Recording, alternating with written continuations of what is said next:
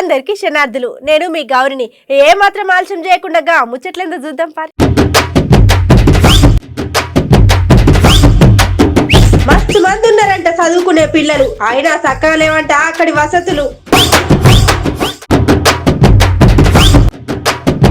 నేను ఎమ్మెల్యేను, నా ఇష్టం వచ్చినట్లు చేస్తా అని అంటున్నాడు వకీలు. తక్కువ ధరకు అమ్ముతున్నారంట ధాన్యం. ఈటల సార్ అయ్యిండు మస్తు గరం.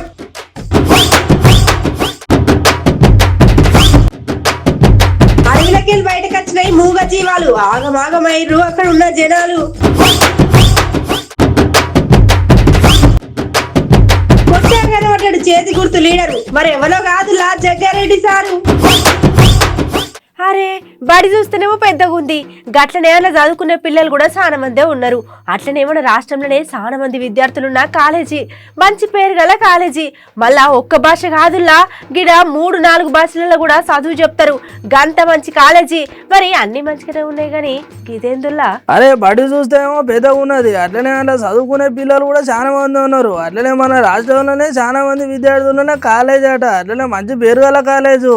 మళ్ళీ ఒక్క భాష కాదులో తెలుగు, ఇంగ్లీష్, హిందీ, అట్లనే మరాఠీ, ఇట్లా ఇన్ని భాషలలో చెప్పేసరికి ఎక్కడెక్కడ నుంచి వచ్చి చాలా మంది ఇక్కడికి వచ్చి చదువుకుంటున్నారు. ఇక అంత మంచిగానే ఉన్నాయని అక్కడ ఆడపిల్లలకు 2 ముద్రశాలలు ఉండేసరికి పెద్ద పెద్ద లైన్ కట్టిపోతున్నారట. అట్లనే అక్కడ పిల్లలు చదువుకునే బిల్డింగులు కూడా ఇక జర దగ్గర పడ్డాయట. గోడలు మంచిగా లేవని పొలాలకు ఒక్క పూటనే చదువు చెప్తున్నారట. ఇక ఎన్నిసార్లు సర్కారుకు చెప్పినా ఇక సోచాయం చెప్పేసరికి ఇక ఇట్లా కాదని చదువుకున్న పిల్లలే ఇలా రోడ్లెక్కి ధర్నా చేస్తున్నారు. ఇక అంత మంచిగా ఉన్న దగ్గర గీత షేడ్ అంటే గిదేనేమో. కానీ ఏదేమైనా జల్దీకి పిల్లలకు అట్లా అక్కడ పనిచేసే వాళ్ళందరికీ సర్కారు అన్ని సౌలతులు పెట్టేయాలని అంటున్నారు ముచ్చటిన పబ్లిక్. అట్లనే ఆడపిల్లలు అక్కడ అంతా కోసపడుతుంటే సర్కారు ఎట్లా పట్టించుకుంటలేరని ఇంకా కొంతమంది గరం అవుతున్నారు. బాత్రూమ్స్ కి లైన్ నిలబడి 15 మినిట్స్ టైం వేస్ట్ అవుతుంది. 2 వాష్రూమ్స్ ఉన్నాయి. టోటల్ గర్ల్స్ 700 మెంబర్స్ ఉన్నారు. 700 మెంబర్ గర్ల్స్ కి 10 మినిట్స్ టైం ఉంది వాష్రూమ్ కి. వెళ్ళాలంటే క్లాస్ మిస్ అవుతుంది. ప్లస్ వాష్రూమ్ సఫిషియెంట్ లేదు. అక్కడ ఇంటర్వెల్ అని మాకు 10 మినిట్స్ టైం ఇస్తారు. అక్కడ వాష్రూమ్ దగ్గర పెద్ద క్యూ కట్టేసరికి అక్కడనే మాకు 20 మినిట్స్ దాకా వెళ్ళిపోతుంది. అంటే ఇక్కడ క్లాస్ కూడా మేము మిస్ అయిపోతాం. ఇది కూడా చాలా పెద్ద ప్రాబ్లం అయిపోయింది మాకు.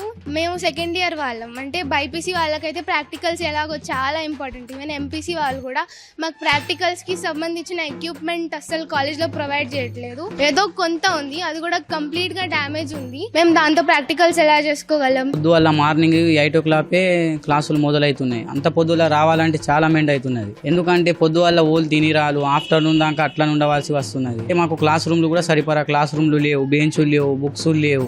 మేము చాలా పేదోళ్ళం. మా దగ్గర పైసలు ఉండే ప్రైవేట్లో చదువుకోతందుకు. అందుకని గవర్నమెంట్లో కాలేజీలో వస్తే గవర్నమెంట్ కాలేజీలో ఇట్లాంటి ప్రాబ్లమ్స్ ఉన్నాయి. ఇక్కడ చదువుకోవాలా? ఇక్కడ తరగతి గదులు నిర్మించండి, విద్యార్థుల సంఖ్యకు సరిపడా బాత్రూమ్లు, ల్యాబ్లు, ఇతర సౌకర్యాలు కల్పించని చెప్పేసి దాదాపు 2 సంవత్సరాలుగా విద్యార్థి సంఘాలు కానివ్వండి, ఎన్ఎస్ఏ పోరాటం చేస్తున్నప్పటికీ ఈ ప్రభుత్వ అధికారులు కానివ్వండి, కలెక్టర్ కానివ్వండి, డిఐఓ కానివ్వండి, ప్రజాప్రతినిధులు కానీ ఎటువంటి స్పందన లేకుంటున్నారు. ఒకవైపు ప్రభుత్వం ఏమో విద్యార్థులకు విద్యారంగానికి పెద్ద పీటేస్తుందని చెప్తూనే ఆ వచ్చిన నిధులన్నింటినీ ఎక్కడైతే బై ఎలక్షన్ జరుగుతుందో అక్కడ తరలిస్తా ఉన్నారు. మేము అడుగుతా ఉన్నాం, మీ ఎలక్షన్ల మీద చిత్తశుద్ధి విద్యార్థులు ఎందుకు? రూమ్ల గురించి టీన్ షెడ్లు శిథిలావస్థలు ఉన్నాయనే విషయాన్ని పై అధికారులకు టైం టు టైం విన్నవించడం అనేటువంటిది జరుగుతున్నది. అమ్మాయిలు అబ్బాయిల టాయిలెట్స్, యూరినల్స్ గురించి కూడా పై అధికారులకు లెటర్ ద్వారా తెలియజేయడం జరిగింది.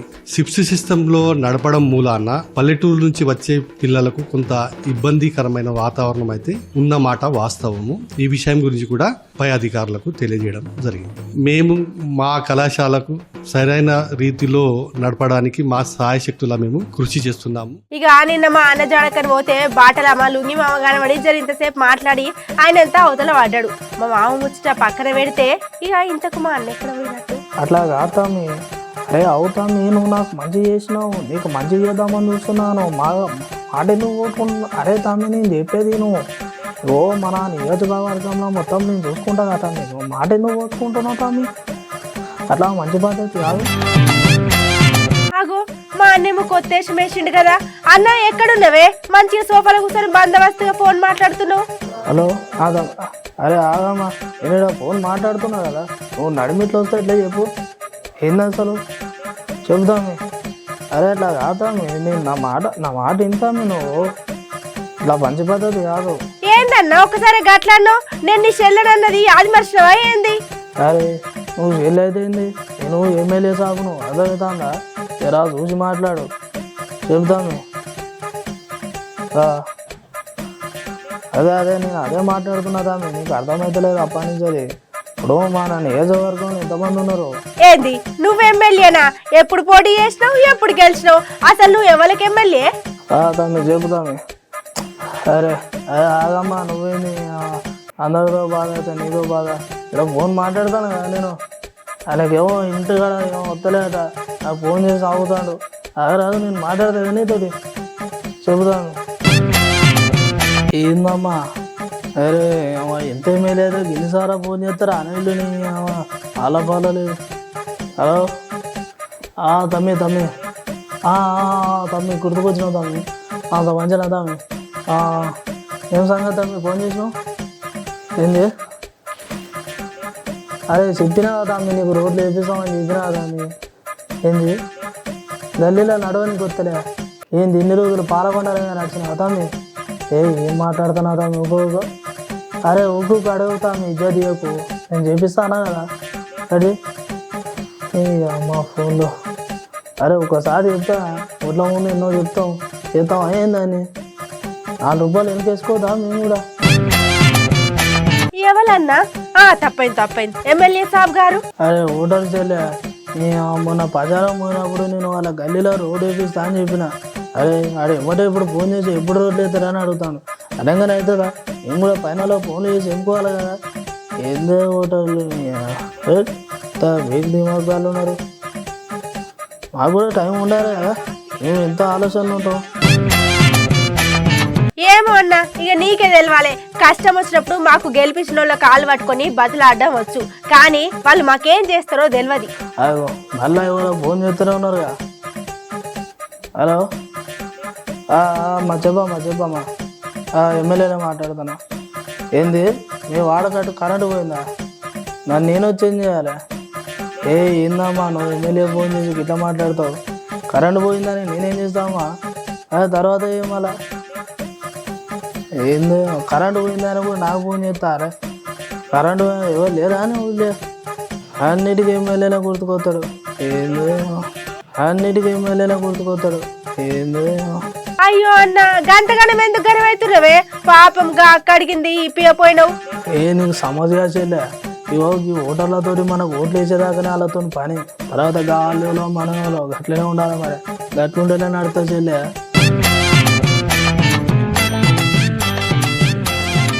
అయ్యో అన్న గట్ల అంటే ఎట్లనే మీరు మాకేదో చేస్తారనే కదన్నా మేము మీకు ఓటేసి గెలిపించింది అవన్నీ మాగినది అమ్మ నేను ఎమ్మెల్యే అన్నప్పుడు నాకు సవాలొచ్చే పనులు ఉన్నాయి చూసిన ఆ పేపర్లు కొంచెం కంప్లైంట్ వచ్చిన చూసుకోవాలి చాలా పనులు ఉంటాయి నాకు ఏందయ్యా 100 మందా కావాలన్నా ఇప్పుడు ఎందుకు ఎవరన్నా వాళ్ళు ఇంకా గొర్రెల మందరు వాళ్ళు ఉంటే పంపు చదువు వచ్చిన ఏమన్నా ఒకళ్ళు పంపే గొర్రెల మంద రావద్దని చెప్పు ఎంతమంది వస్తారా ఎమ్మెల్యే వెళ్ళారని ఉడుకొచ్చులే ఇక ఏమైనా బియ్య వస్తుందా ఏం చేస్తున్నావన్నా నువ్వు కూడా జరోసారి ఆలోచన చేయాలి నమస్తే కూర్చో శుభయ్య ఏంది ఏమైంది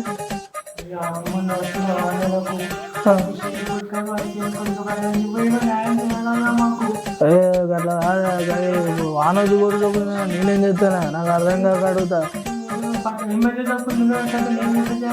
ఎమ్మెల్యే సాబు కాబట్టి నేను లోపల దగ్గర ఓట్లు వేసినంత మాత్రం అన్నీ నన్ను అడుగుతారా వాళ్ళు వస్తారు నేనేం చెప్తాను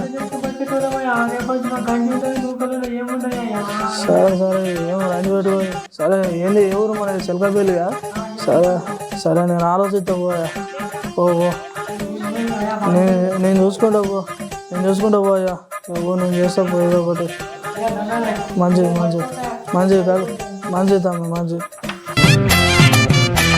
అయ్యో అన్న గట్ల బయటికి పంపించినవేందే జరిని పైసలు ఇవ్వకపోయినావా నువ్వు ఎట్లాగో ఎమ్మెల్యేనే కదా ఏంది చేయలేక అట్లా అంటున్నావు అరే నేను ఎందుకు ఇవ్వాలి పైసలు ఆయన ఇంట్లో 4 ఉన్నారు నేను ప్రచారం పోయినప్పుడు నాకు ఓటు వేయరా అంటాడు 40,000 ఇస్తే తప్ప నేను ఓటే అన్నాడు వాడు పైసలు తీసుకొని ఓటేసాను నాకేం ఉత్త చేయాలి నేను ఎందుకు వేయాలని పైసలు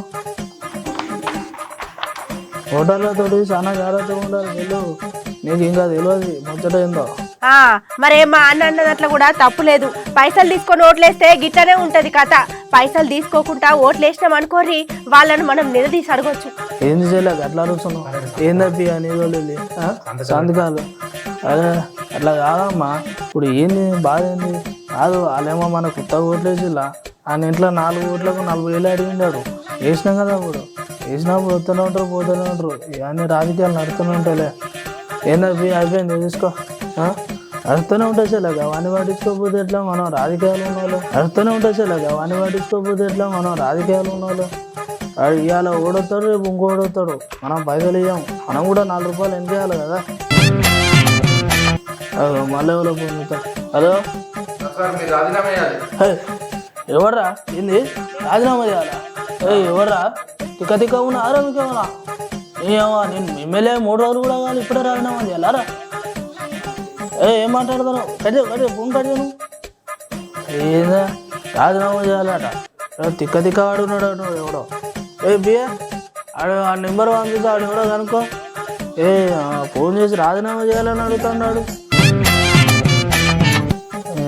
హలో నమస్తే సార్ నేనా?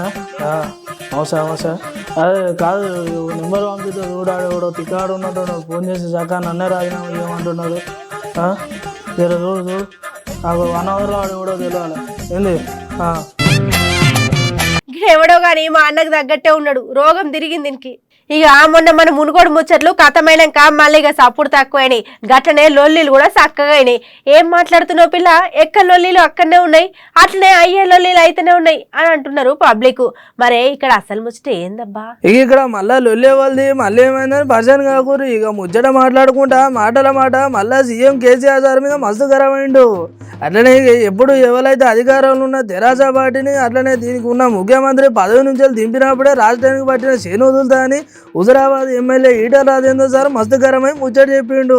ఇక ఇక్కడ అసలు ముచ్చట ఏంటంటే రాష్ట్ర ప్రభుత్వం నియోజకవర్గంపై కక్ష కట్టి చేయాల్సిన పనులన్నీ చేస్తున్నారంట. గమ్మతు ముచ్చట ఏంటంటే ఈటల సారు మాటల మాట కలిపి ఓడిపోయిన వ్యక్తి నియోజకవర్గంలో ఎమ్మెల్యేగా ఎట్లా చేస్తాడని చెప్పేసి మస్తు మాటలు అన్నాడు. ఇక సార్ మరి గింతగానో గరంగానికి అసలు కారణం ఏంటంటే ఇక్కడ సర్కారు ధాన్యం మంచి ధర కొంటలేరని అక్కడ ఉన్న రైతులు తక్కువ ధరకే ధాన్యం అమ్ముతున్నారంట. ఇక ఇట్లా కాదని ఐకేసీ సెంటర్లు సురు చేసి రైతులకు వెంటనే డబ్బులు ఇవ్వాలని అక్కడ ఈటల సారు మస్తు డిమాండ్ చేసిండు. కానీ ఏదేమైనా రైతుల కోసం మస్తు దండాడుతున్నాడని మంచిగా డిమాండ్ చేసిల్లని అంటున్నారు ముచ్చటిన పబ్లిక్. వెంటనే ఐకేపీ సెంటర్లు ఓపెన్ చేయాలని, ఈ కటింగ్ లేకుండా రైతుల్ని ఇబ్బంది పెట్టకుండా సకాలంలో పంటను ఉంచుకోవాలని వెంటనే డబ్బులు పే చేయాలని చెప్పి నేను డిమాండ్ చేస్తా ఉన్నాను. చిల్లర రాజకీయాలు, గల్లీ రాజకీయాలు, గుండా రాజకీయాలు, గల్లీలో పడి గుండా రాజకీయాలు చేసేటువంటి చిల్లర ముఖ్యమంత్రి నా బొక్క చూడ చేస్తావు.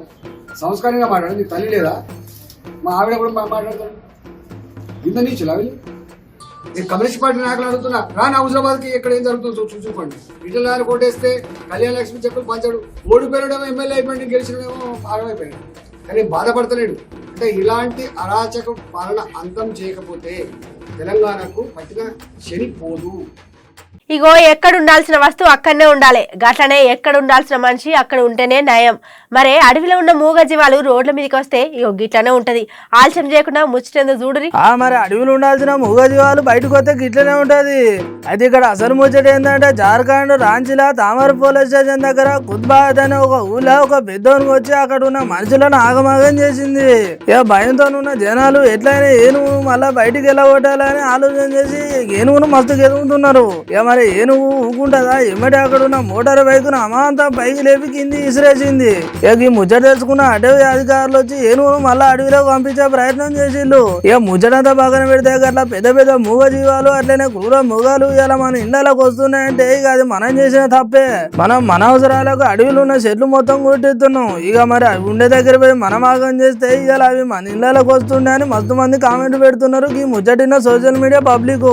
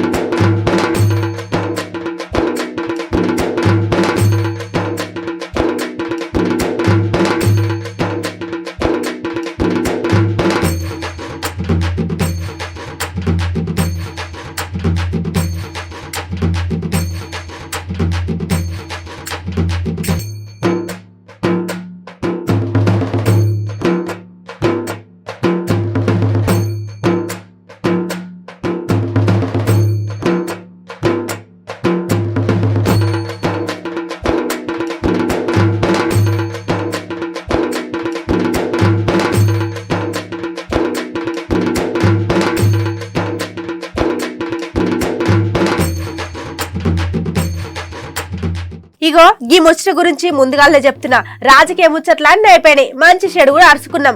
ఇక ఇంకేమైనా ముచ్చట్లున్నాయా అని ఎతికే లోపల కొన్ని ఫోటోలు అయితే కనబడ్డాయి. గవి మీరు కూడా చూస్తారేమో అని పట్టుకొచ్చిన. ఓ పారి చూసేద్దాం పారి. ఇక ఇక్కడ ఫోటోలో కనబడేది ఎవరో కాదులా, మన సంగారెడ్డి ఎమ్మెల్యే తూర్పు జగ్గారెడ్డి. అరే గుర్తుబాట లేకుండా అయిపోయింది కదా. అట్లనే జగ్గారెడ్డి సారు పేరు చెప్పగానే ఇక పెద్ద ఎంటికలు అట్లనే గుబురు గడ్డమే జాతికొస్తుంది.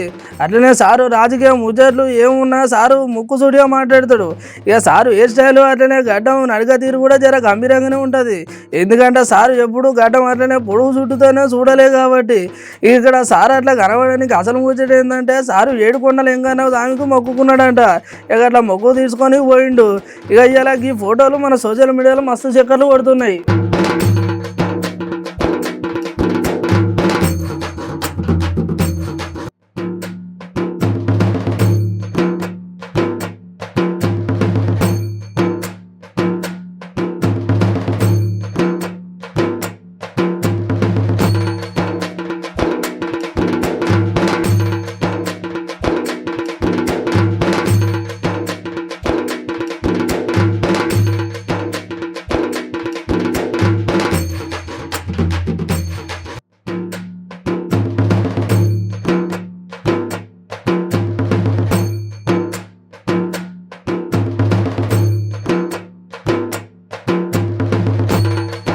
ఎట్లున్నాయి ఇలా ఏళ్ళ ముచ్చట్లయితే మాస్తున్నాయిలే. గిసొంటి ముచ్చలతో మళ్ళీ రేపు కూడా కలుసుకుందాం. గప్పటిదాకా చూస్తూనే ఉండుర్రి మన అమ్మా న్యూస్.